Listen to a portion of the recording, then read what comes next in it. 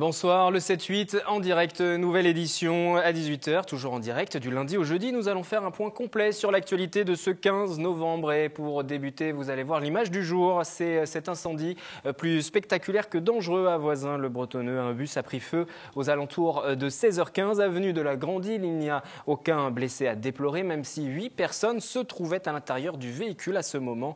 30 pompiers ont été mobilisés sur place, 3 engins de lutte contre l'incendie et une ambulance. Pour l'heure, on ne connaît pas les causes de cet incendie. C'était il y a quelques instants du côté de Voisins-le-Bretonneux pour ceux qui nous suivent en direct sur cette édition du 15 novembre. On passe à présent aux titres, les principaux titres du jour. Et Joël Regnault qui vit ses dernières heures comme premier magistrat de plaisir ce jeudi soir. Conseil municipal extraordinaire pour élire un nouveau maire. Cela devrait être sans surprise son adjointe à la culture, Joséphine Coleman-Berger, que vous voyez sur ces images. C'est aujourd'hui la journée internationale des écrivains emprisonnés et persécutés. Une rencontre avec des élèves a eu lieu au lycée Émilie de Breteuil, c'est à Montigny-le-Bretonneux. Un forum emploi handicap ce jeudi à Guyancourt. Les candidats ont eu accès directement à des offres d'emploi adaptées, quel que soit leur niveau de formation ou de qualification. Le taux de chômage des personnes handicapées reste le double de la moyenne française.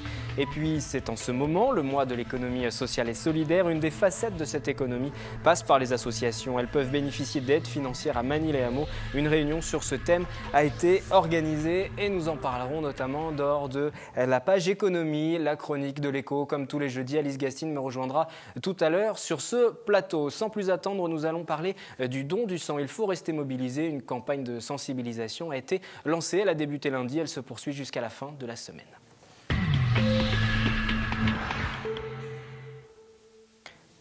J'accueille donc sur ce plateau pour débuter cette édition Denis Pagès, bonsoir. Bonsoir. Vous êtes médecin tout d'abord, oui. Responsable également des prélèvements sur le pôle d'activité Île-de-France Ouest de l'établissement français sanguin, du don du sang. Ne pas oublier de se mobiliser, je le disais tout à l'heure, c'est important. Oui. Surtout que l'on arrive sur les périodes de fin d'année, les besoins sont plus importants et les dons sont plus rares également. Ce sont deux facteurs qui vous préoccupent toujours en fin d'année. Alors, c'est vrai que d'une façon générale, notamment dans des concentrations, ce qu'on appelle les mégalopoles urbaines. Alors on a les exemples à Los Angeles, New York et autres pays européens.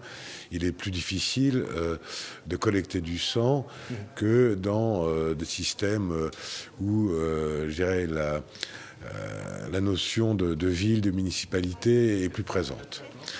De cette situation qui n'est pas spécifiquement française, à ce genre de concentration urbaine correspond aussi une concentration des moyens hospitaliers et thérapeutiques. Et on a, pour exemple, rien qu'en Île-de-France, 260 établissements de santé, il y en a plus, mais 260, qui sont nos clients, entre guillemets. De fait, il y a une demande au niveau de l'Île-de-France qui est un petit peu plus forte en termes de besoins que ce à quoi nous répondons, ou de la façon dont nous répondons, et en sachant aussi que les progrès de la médecine, le vieillissement de la population fait qu'il y a des gens qui, à 10 ans, on ne traitait pas pour une leucémie, on ne faisait pas de greffe de cellules souches, on faisait pas de ceci. Et maintenant, on les fait. La conséquence de ces progrès sympathiques, on les fait parce que les gens ont des espérances de survie avec une vie de bonne qualité. Donc la conséquence immédiate de ça, c'est que on a les besoins qui augmentent. Et estimer les besoins en 2012 pour 2013, c'est une opération terriblement difficile. Il faut prévoir, évidemment, il faut sortir la boule de cristal, même si on a des éléments épidémiologiques.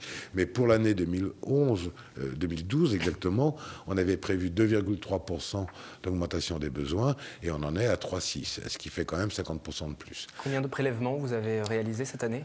Alors cette année, sur votre secteur de l'Île-de-France, sur mon secteur, à fin septembre, on est grosso modo, fin octobre, on doit quasiment être à 48 000 prélèvements, ce qui fait, depuis le début de l'année, pour ce qui nous concerne toujours, une progression de l'ordre de 6%. Alors ça s'explique, on collecte des entreprises, bio pas très favorables, la période de la rentrée est un petit peu difficile. On collecte aussi les établissements d'enseignement, que ce soit les grandes écoles et autres. Là, bon, on a beaucoup plus, je dirais, notre rentabilité est moins bonne parce qu'on a un taux de contre-indication beaucoup plus important, ce qui est logique compte tenu de l'âge de la population. Et puis on a des communes. Alors je vous citerai Verneuil, Marly-le-Roi, La Celle-Saint-Cloud, où il y a des associations. Et là, on fait des collectes assez extraordinaires, même qui vont au-delà de nos prévisions. Et notre problème, c'est de répartir ces collectes. Alors, c'est des collectes souvent le soir, mais nos personnels sont des professionnels. Et donc, c'est effectivement d'avoir plus d'associations, de pouvoir faire des collectes en semaine. Difficile, hein, quand on est une cité plus ou moins dortoir, puisque les gens sont chez eux à partir de 16h30, 17h, pour ceux qui se lèvent le plus tôt. Voilà. Et donc, on est dans ce genre de problématique. Il n'empêche pas moins que je suis assez fier de diriger, d'avoir en tout cas la responsabilité des opérations sur le pôle Ouest, parce que et on peut remercier les gens des Yvelines et des 92 aussi, mais oui, les Yvelines pôle Ouest, ça couvre Yvelines et puis une Yvelines partie et 92. Mais dans les 92, on n'a pas d'association de donneurs de sang bénévoles, donc on n'a pas ce soutien aussi qui est indispensable. Et je suis assez fier quand même d'avoir la responsabilité de ce pôle, parce que c'est un des premiers d'Île-de-France en termes de progression. Et en tout cas, même si c'est pas quantitatif, en tout cas, nous sommes le pôle qui progressons en termes de dons depuis 4 ou 5 ans. Et sur votre secteur, vous allez me confirmer ou non ce chiffre, c'est seulement 3% de la population qui donne son sang? À peu près, oui. C'est finalement assez peu?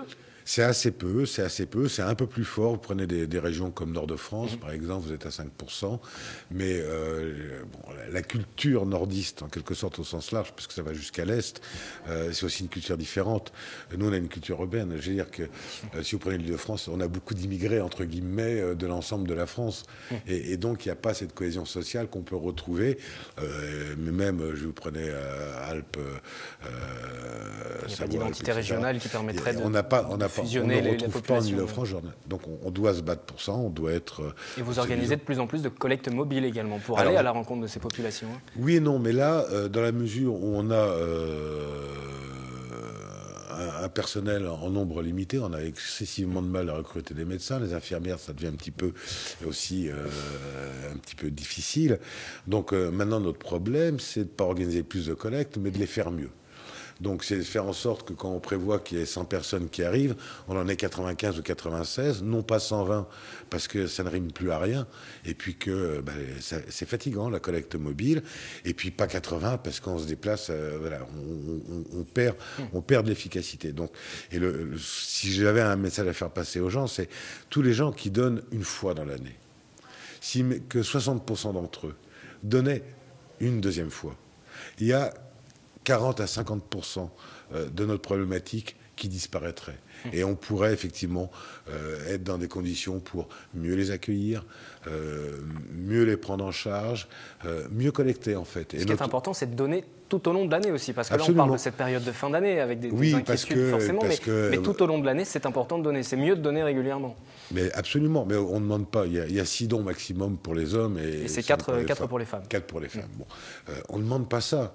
Si ces dames, elles donnent 3 fois par an, elles donnent, et les hommes donnent 4 ou 3, notamment les gens qui donnent une fois s'ils passent à 2, les gens qui donnent 2 fois passent à 3, mais je veux dire, on va vivre dans un monde, en tout cas pour ce qui nous concerne, de sérénité, on pourra répondre à tous les besoins, et progressivement, parce qu'il faut savoir, c'est que l'Île-de-France deviendra autonome et ne devra pas compter sur les autres régions, comme notamment essentiellement Nord-de-France, qui collectent plus que leurs besoins pour subvenir aux nôtres. Et combien de temps vous conservez le sang aussi? Parce qu'on parle de consolider vos réserves, mais ces réserves ont une durée de vie limitée.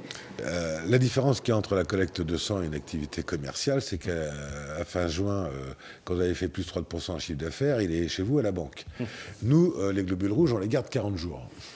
On n'a pas le temps de les jeter. Hein. Bon, oui, ça n'arrive jamais. Les besoins sont toujours là, il faut encore plus donner. Les plaquettes, c'est 5 jours et demi. En sachant qu'on a 2 jours de quarantaine et d'examen biologique et tout. Ce qui fait que quand on prélève des plaquettes, en fait, on a 3 jours vrais pour les utiliser, parce que la dernière demi-journée, et on le sait d'expérience, l'activité ou l'efficacité est moins bonne. Le plasma thérapeutique, là on est tranquille, on peut le congeler et on a des réserves on peut les avoir en réserve sur 1 an. Donner son sang, c'est offrir la vie. C'est le nom de la campagne qui se déroule en ce moment. C'est justement l'une des questions que je vais vous poser, l'une des dernières questions. On donne son sang, oui. Ça sert à quoi? Expliquez-nous, tout simplement, pour les gens qui hésitent à venir donner et qui peuvent s'interroger aussi. Alors, ça sert dans quel cas, le sang qui est donné sur ces on va passer sur, je dirais, la traumatologie, les accidents, etc., qui restent relativement constants. Bon. Tout ce qui se développe, c'est l'oncohématologie. Ça, d'une part, c'est très important. Et donc, c'est les leucémies, où on fait des chimiothérapies très agressives, notamment en hématologie, pour nettoyer la moelle osseuse, pas épinière, je précise, des cellules cancéreuses. Et après, on va mettre des cellules qu'on appelle souches, qui vont recoloniser la moelle osseuse et qui vont permettre d'avoir des cellules sanguines, que ce soit les globules rouges, les plaquettes et les blancs, tout neuf, tout ça, pas cancéreux. Le seul problème, c'est qu'entre le moment où on fait la chimiothérapie et le moment où la greffe va prendre, les gens ont moins de globules rouges, ils ont quasiment plus de plaquettes et ils n'ont pas de globules blancs. Pas de globules blancs, ça veut dire qu'ils font des infections. Dans certaines leucémies, dans les 5 mois qui suivent le diagnostic, la première cause de mortalité, c'est les infections et les hémorragies cérébrales. Donc les hémorragies, ça peut se prévenir par l'administration de plaquettes.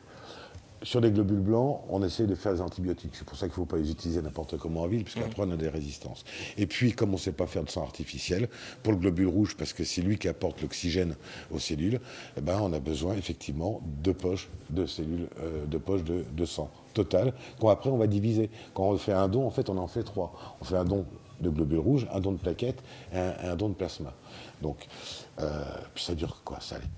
Bon, c'est vrai qu'il y a de l'attente, je le reconnais. Mais le prélèvement lui-même, plus la collation, allez, 25 minutes. 25 minutes de votre temps à consacrer au don du sang, et c'est important, surtout en ce moment, on arrive sur les périodes de fin d'année, les besoins sont plus importants. Il y a des collectes mobiles régulièrement organisées. L'adresse du site internet pour avoir toutes les informations, c'est affiché. Puis il y a également les points fixes, vos centres, notamment au Chesnay, pour vous y rendre régulièrement. Merci d'être venu en plateau. Je vous remercie et j'espère que le message sera passé. Et on l'espère également. Une information à présent qui concerne le Conseil général des Yvelines, qui vient de recevoir pour son court-métrage Andivline le prix communication externe du festival Dans la boîte, emploi et handicap, qui récompense les meilleurs films dédiés à l'intégration des personnes handicapées dans l'entreprise. On y voit 12 agents en situation de handicap se mettre en scène, sans tabou, avec humour. Objectif, bousculer les préjugés afin de sensibiliser et surtout dédramatiser le handicap. On en regarde un extrait, on se retrouve ensuite sur ce plateau et on parlera littérature.